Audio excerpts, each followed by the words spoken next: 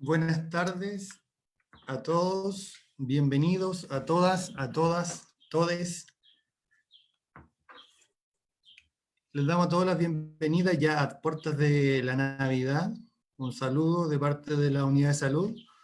Y hoy va a hablar nuestro doctor Felipe Collante sobre Helicobacter pylori. Así que lo dejamos a él y estamos transmitiendo en vivo también a través de la aplicación de Facebook Live, donde seguramente si hay preguntas vamos a hacerlas al final de la sesión. Así que los dejo con el doctor Felipe Collante. Súper. Entonces, yo comparto pantalla, pongo la presentación, compartir y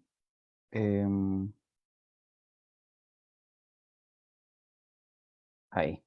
¿Logran ver la presentación? ¿Sí se ve, doctor? ¿Se ve completa la pantalla? ¿Se ve la presentación en pantalla completa? No se ve completo. Debería ponerle donde dice habilitar edición y ¿Y ahí se ahí? puede. Ahí sí. Ahí sí se ve. Sí. Súper, sí, porque yo también la veo en pantalla completa. Bueno, en esta oportunidad vamos a hablar efectivamente de Helicobacter pylori. ¿Ya? Bueno, partamos por lo básico.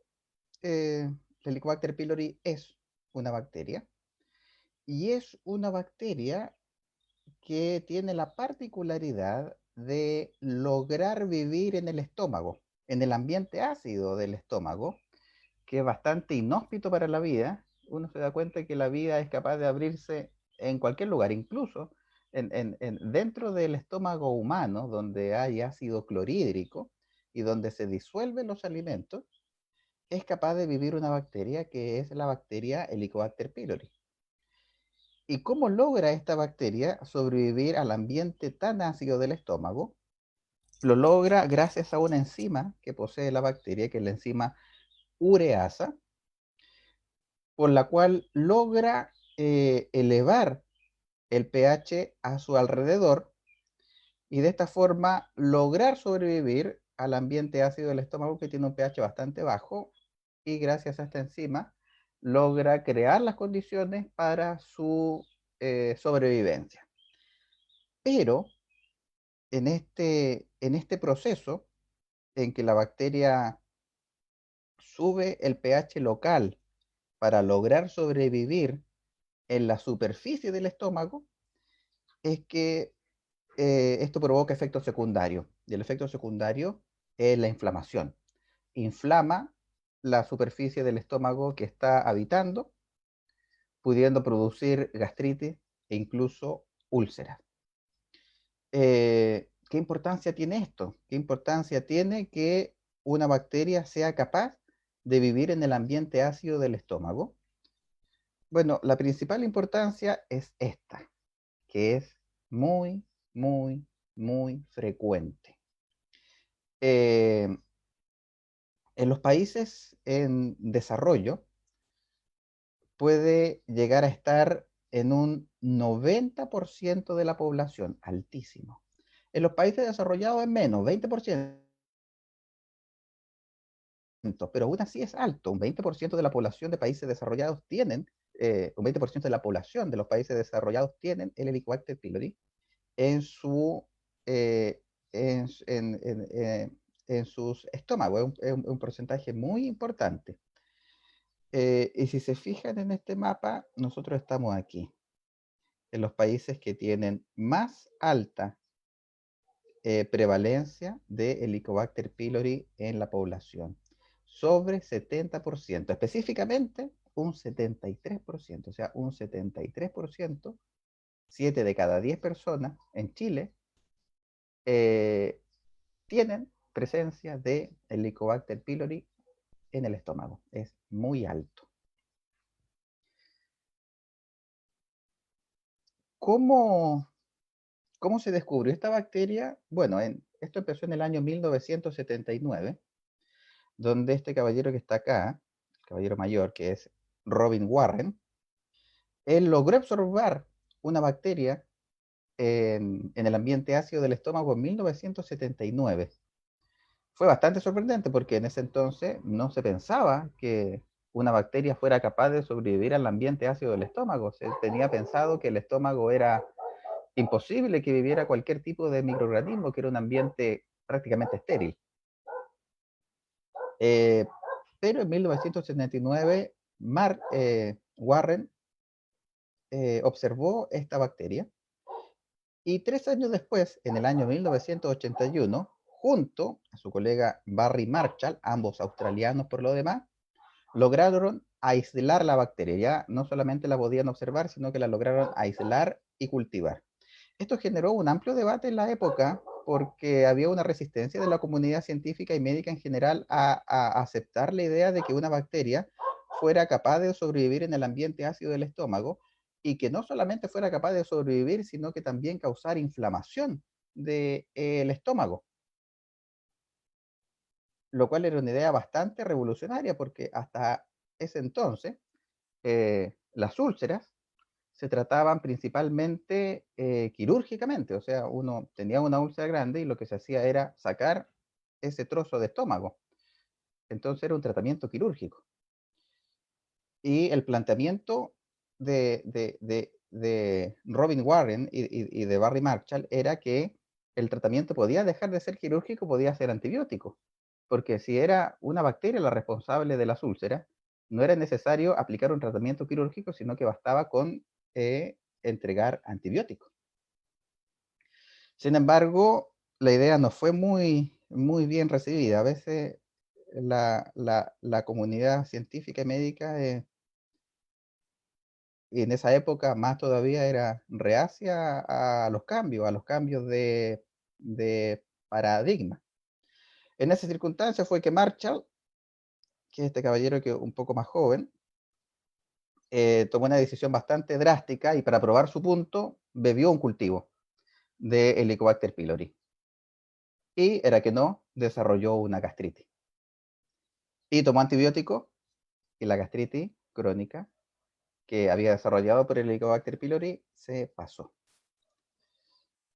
Y recién en 1994 se comenzó a aceptar, muchos años después, que efectivamente las úlceras podían ser causadas por el Helicobacter pylori y que en vez de dar un tratamiento quirúrgico, se podía indicar un tratamiento mucho menos invasivo, mucho menos más barato y más efectivo, que es con antibióticos.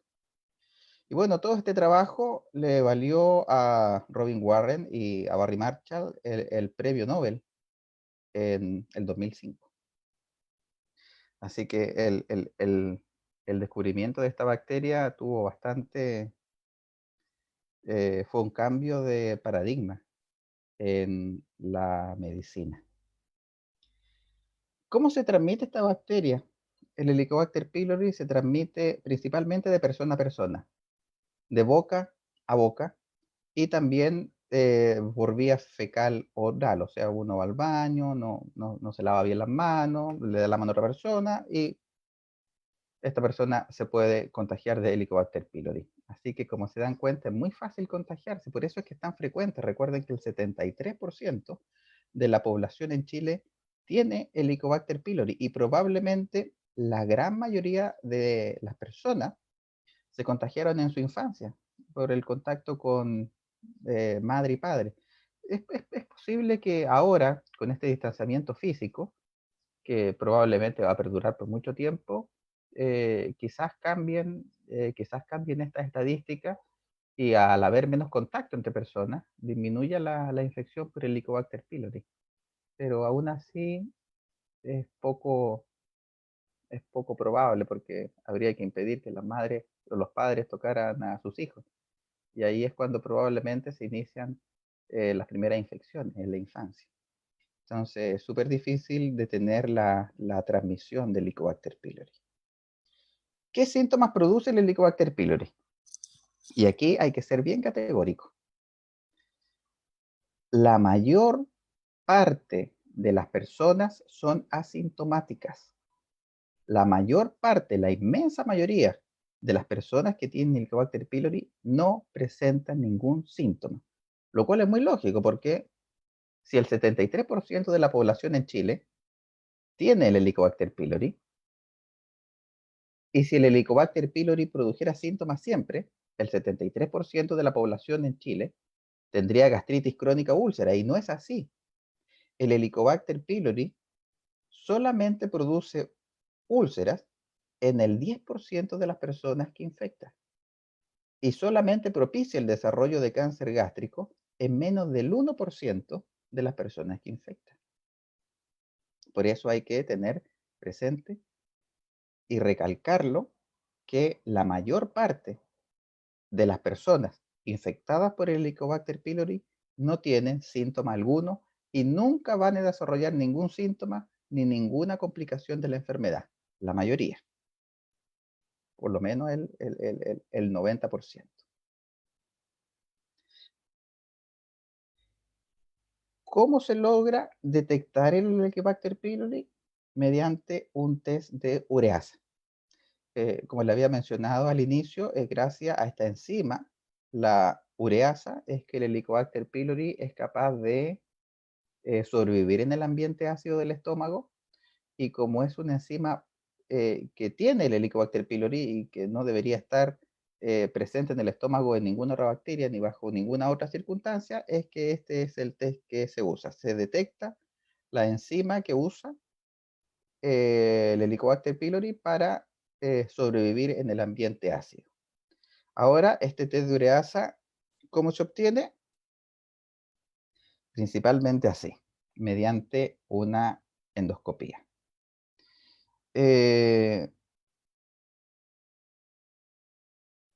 Hay que tener presente que la endoscopía es un examen invasivo. Como ven aquí, la endoscopía consiste en introducir por la boca, a través del esófago y hasta el estómago, un tubo flexible con una cámara que también inyecta aire hacia adentro para abrir la zona y poder visualizarla mejor. Entonces es un examen invasivo, no es un examen agradable. Y la persona no está anestesiada, la persona está sedada. Eh, o sea que depende de la reacción del cuerpo al sedante, de cómo sea, si uno va a, a recordar lo que pasó durante el proceso o no. Habitualmente se usa midazolam, que a uno le produce una amnesia como anterógrada, lo cual es bastante útil porque uno no quiere recordar lo que pasa en el procedimiento de la endoscopía, porque es bastante desagradable, es un examen bastante invasivo.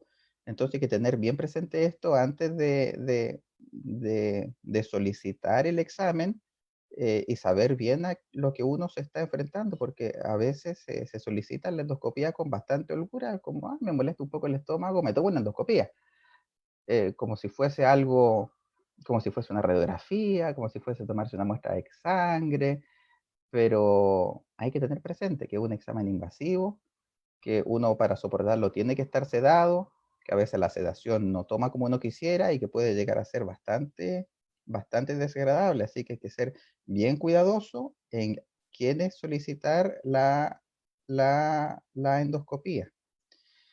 Y hay que tener una cosa muy clara, que es que al ser el Helicobacter pylori una bacteria tan frecuente, lo más probable es que si yo me hago una endoscopía, la encuentre. Y eso no quiere decir necesariamente que el Helicobacter pylori va a ser el responsable de los síntomas que yo tengo. Por ejemplo, si yo hago una transgresión alimentaria en esta fiesta de fin de año típico, consumo muchos alimentos muy irritantes y eso me produce una gastritis. Y yo voy y me hago una endoscopía. Lo más probable es que encuentre el Helicobacter pylori. ¿Es el Helicobacter pylori el responsable de la gastritis que yo tuve por comer en exceso en un corto periodo de tiempo? No. ¿El tratamiento para el Helicobacter pylori me va a aliviar la gastritis que me produjo el comer una gran cantidad de alimentos en un corto periodo de tiempo, no. Por eso es que las estadísticas dicen que solamente el 50% o menos de las personas que se tratan el Helicobacter pylori logran un alivio de sus síntomas. O sea, la mitad de los pacientes siguen con los mismos síntomas igual, porque probablemente el Helicobacter pylori no era el responsable de los síntomas que tenía. Entonces, por eso no hay que atribuirle al Helicobacter pylori todos los síntomas que uno tenga. Y no hay que precipitarse en la solicitud de la endoscopía, porque al ser la bacteria tan frecuente, si yo no soy cuidadoso en recolectar los síntomas del paciente adecuadamente y le solicito una endoscopía a todo el mundo, voy a encontrar el Helicobacter pylori en 7 de cada 10 personas. Y voy a tratar el Helicobacter pylori en 7 de cada 10 personas. Pero en la mitad no voy a lograr que los síntomas alivien porque probablemente el Helicobacter pylori no era el culpable de los síntomas que tenía el paciente. Y eso yo creo que es lo más importante de esta presentación. No forzar la solicitud de endoscopía y no atribuirle al Helicobacter pylori todos los síntomas gástricos o abdominales que uno tenga. Porque al ser tan frecuente, si me hago la endoscopía, lo más probable es que encuentre el Helicobacter pylori. Eso no quiere decir que no le voy a solicitar endoscopía a nadie. Eso quiere decir que hay que acotar la cantidad de personas a las cuales yo le solicito la endoscopía. ¿En qué persona es realmente conveniente tomarse una endoscopía? Bueno, sin lugar a dudas, en alguien que tenga síntomas sospechosos de cáncer gástrico. Si yo ya tengo una edad sobre 50, sobre 60 años, fumo en exceso desde temprana edad, estoy bajando de peso, siento que las cosas que trago no están bajando del todo, como que se quedaran ahí y suben, como que no logro tragar bien. Claro, son síntomas sospechosos en los cuales yo debiera solicitar una endoscopía. O en síntomas sospechosos de úlcera, dolor intenso en la boca del estómago con vómitos con sangre. Eso úlcera hasta que se demuestre lo contrario y debiera solicitar una endoscopía sin lugar a duda.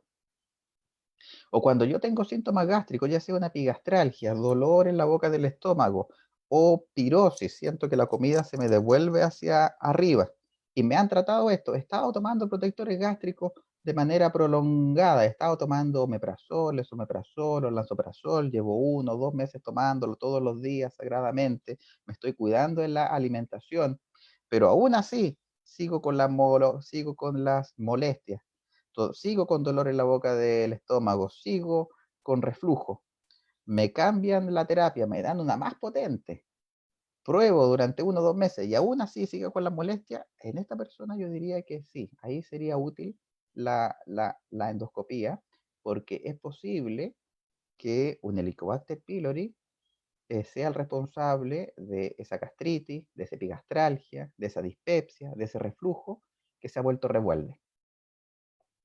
Entonces la endoscopía en realidad no conviene solicitarla desde un inicio,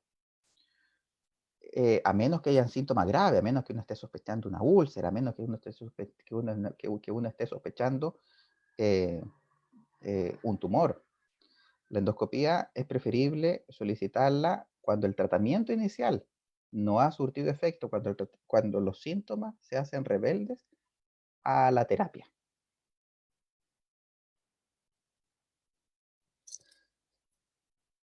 Hay que tener presente que el tratamiento para el Helicobacter pylori está en el GES, al igual que la hipertensión, la diabetes, la artrosis de rodilla y de cadera en personas mayores de 55 años, la depresión, la bipolaridad y una lista de 80, si la memoria no me falla, 80 patologías que están en el GES, y una de ellas es el tratamiento contra el Helicobacter pylori. ¿Por qué? ¿Por qué se decidió incluir el tratamiento para el Helicobacter pylori en el GES? Porque es muy frecuente, el 73% de la población lo tiene, pero yo creo que la decisión más importante fue por nuestros grandes niveles de cáncer gástrico. Si bien es cierto que para el desarrollo de cáncer gástrico interactúan muchos factores, la edad, la etnia, factores familiares, factores genéticos, alimentación, muchos factores hay que considerar. El Helicobacter pylori es uno de ellos. Esto no quiere decir que todas las personas que tienen Helicobacter pylori van a desarrollar cáncer gástrico. Eso querría decir que el 73% de la población va a desarrollar cáncer gástrico, y no es así. Recordemos que menos del 1% de la gente que tiene Helicobacter pylori va a desarrollar cáncer gástrico. Es una minoría. Sin embargo, en los pacientes que tienen cáncer gástrico y que desarrollan un cáncer gástrico, y cuando se le hace estudio buscando el Helicobacter pylori, la gran mayoría lo tiene. Entonces, efectivamente, hay una asociación entre el Helicobacter pylori y cáncer gástrico. Por eso es que cuando uno descubre el Helicobacter pylori, y considerando nuestra población chilena con una frecuencia de cáncer gástrico alta, es conveniente tratarlo.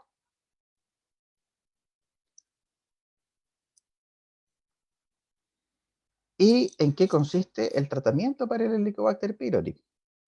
Bueno, como, como dijeron Robin Warren y Barry Marshall hace muchos años, el tratamiento es con antibióticos, es una bacteria. Ahora, ¿por qué les muestro tantos antibióticos? Porque efectivamente son muchos antibióticos. El tratamiento para el Helicobacter pylori consiste en antibióticos a altas dosis por varios días. Para que se hagan una idea, el tratamiento estándar, existen varias alternativas de tratamiento, pero el tratamiento más usado consiste en amoxicilina, 1 gramo cada 12 horas, en claritromicina, 500 miligramos cada 12 horas, y omeprazol, 20 miligramos cada 12 horas. Y eso hay que usarlo por al menos 10 días, aunque idealmente debieran ser 14, es harto tiempo. Entonces esto implica que durante 2 semanas uno se tiene que tomar un omeprazol antes del desayuno. Después del desayuno, 2 amoxicilinas de 500 miligramos cada uno, más una claritromicina de 500 miligramos. Y en la tarde, antes de cena, antes de 11, otro omeprazol, y después de cena o después de 11, otro gramo de amoxicilina, o sea, 2 amoxicilinas de 500, más una claritromicina de 500 miligramos. Y eso por 14 días, o al menos 10. Aunque si uno logra aguantar los 14, mejor. Entonces es una gran cantidad de antibióticos que uno tiene que tomar durante un periodo de tiempo prolongado. Usar antibióticos por 10 o 14 días no es, no es poco. Entonces, curiosamente, estos antibióticos pueden ser irritantes para el estómago y pueden empeorar los síntomas que uno ya tiene. Entonces, hay que ser bien precavido en la indicación del tratamiento, y cuando a uno le detecten el Helicobacter pylori y el médico le indique la terapia, uno tiene que preguntarle en qué momento me la tengo que tomar, porque a veces a uno le dicen, tómese 1 gramo en la mañana, 1 gramo en la noche de amoxicilina, pero ¿cuándo me conviene más? Después de almuerzo, con el desayuno, y todas esas pequeñas indicaciones van a hacer que uno logre aguantar mejor la terapia. Entonces, es conveniente que cuando uno le indiquen este tipo de antibiótico-terapia prolongada contra el Helicobacter pylori, uno le pregunte a su médico, ¿en qué momento me conviene más tomarme la medicación? ¿En qué momento del día? Para disminuir la molestia, y qué molestias puedo llegar a tener por este tratamiento, y prepararse para que el tratamiento vaya a ser irritante para el estómago. Entonces, como el tratamiento es irritante para el estómago, a veces conviene indicar protectores gástricos, ya sea omeprazol, esomeprazol o lansoprazol, durante algunos días o durante un par de semanas, o a veces durante un mes, antes de iniciar el tratamiento antibiótico, para que de esta manera, cuando uno empiece el tratamiento antibiótico, el estómago esté menos irritado y uno logre tolerar mejor el tratamiento. Porque si uno no lo logra tolerar y uno no logra aguantar los medicamentos durante un tiempo suficiente y uno lo logra aguantar 5 días, 7 días, no van a ser efectivos y no se va a lograr eliminar la bacteria. ¿Cómo yo sé que la bacteria fue eliminada? No me puedo confiar en los síntomas. No me puedo confiar y pensar que si yo me hice el tratamiento y se me pasaron las molestias, la bacteria fue eliminada. Y tampoco puedo asumir que si yo me hice el tratamiento, pero sigo con molestias, la bacteria no fue eliminada. Porque, como les mencioné anteriormente, el 50% de las personas que logran eliminar la bacteria siguen con los síntomas. Entonces uno no se puede confiar en los síntomas para cerciorarse si la bacteria fue eliminada o no. Existen dos medios. Hay que repetir el test de ureasa. Y existen dos medios para cerciorarse de si la bacteria fue eliminada o no. Un medio sería hacer una nueva endoscopía. Y la otra alternativa sería hacer un test de Helicobacter pylori en deposiciones. O sea, con una muestra de heces. ¿Y cuál escoger? Depende. Depende si yo quiero ver el estómago nuevamente o no. Porque, por ejemplo, si yo tengo un paciente que tenía una úlcera, que estaba sangrando, y yo le indiqué el tratamiento contra el Helicobacter pylori, y quiero ver si el tratamiento fue efectivo, como el paciente tenía una lesión en el estómago, en este caso una úlcera, es conveniente que yo quiera mirar el estómago nuevamente para ver si la úlcera sigue estando ahí. Entonces, en estos casos, en los que el paciente tenía una lesión importante en el estómago, en donde se descubrió el Helicobacter pylori, es conveniente tomar una nueva endoscopía después de terminado el tratamiento para ver si el Helicobacter pylori fue eliminado. Otro caso, si yo tengo un paciente en que se hace una endoscopía y no le encuentro ninguna lesión visible, no tiene úlcera, no tiene pólipo, no tiene un tumor, a lo mejor solamente una leve gastritis, pero le descubro el Helicobacter pylori y se lo trato. En este caso, no es muy conveniente tomar una nueva endoscopía, que es un examen invasivo, solo para tomar el test de ureasa y comprobar si el Helicobacter pylori fue eliminado o no. En este caso, donde no hay lesiones visibles y solamente estaba la bacteria y nada más, es conveniente tomar un test de Helicobacter pylori en deposiciones, que no es invasivo, solamente se requiere una muestra de heces.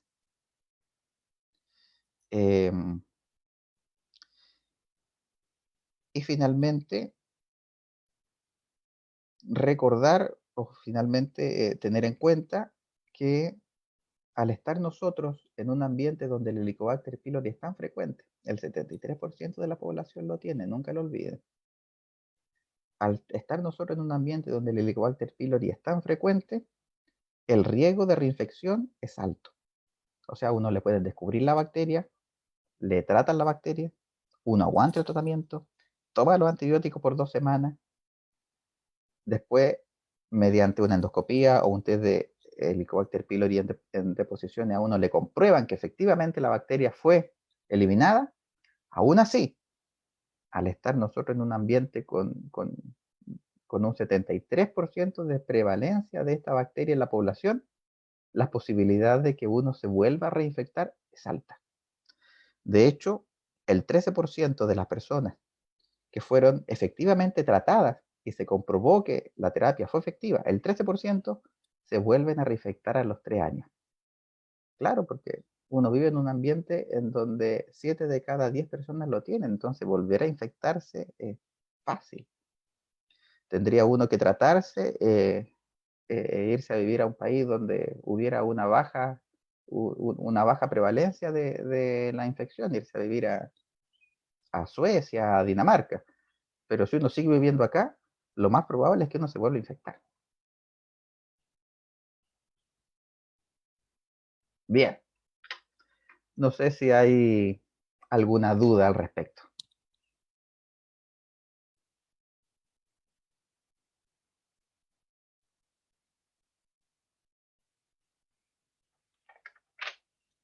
¿Todo claro?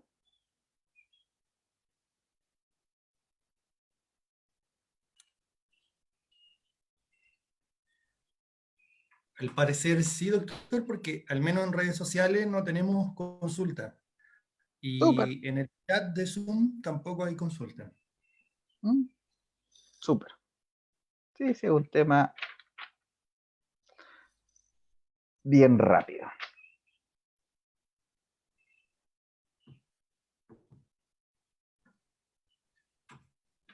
Agradecemos, doctor, el Súper. conversatorio, la exposición, súper interesante, y de todas formas esto igual queda en las redes sociales donde se puede ver en cualquier momento, así que Bien. ahí finalmente donde tenemos más reproducciones y la Ok. gente la puede ver cuando ellos deseen, así que agradecidos por su Súper. presentación.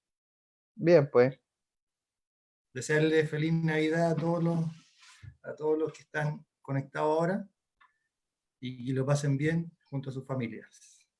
Bien, pues. Feliz Navidad para todos. Felicitaciones, doctor. Feliz Navidad para todos.